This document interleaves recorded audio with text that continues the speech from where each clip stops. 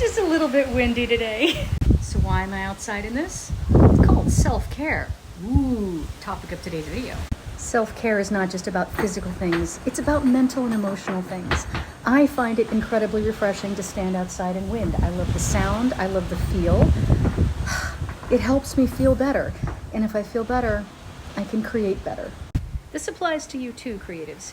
And I know all of us are at least moderately aware of this since we came out of the pandemic, but here's the thing. What are you doing on a regular basis to keep yourself well, emotionally, mentally, not just physically?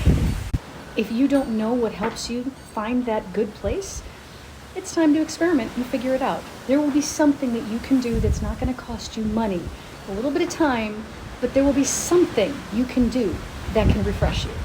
Find that something, creatives. It's really good for you. Yes, you deserve it. You don't have to earn it, but you are worth it. Find that awesome thing to refresh your spirit. Then sit down with me and let's make something new.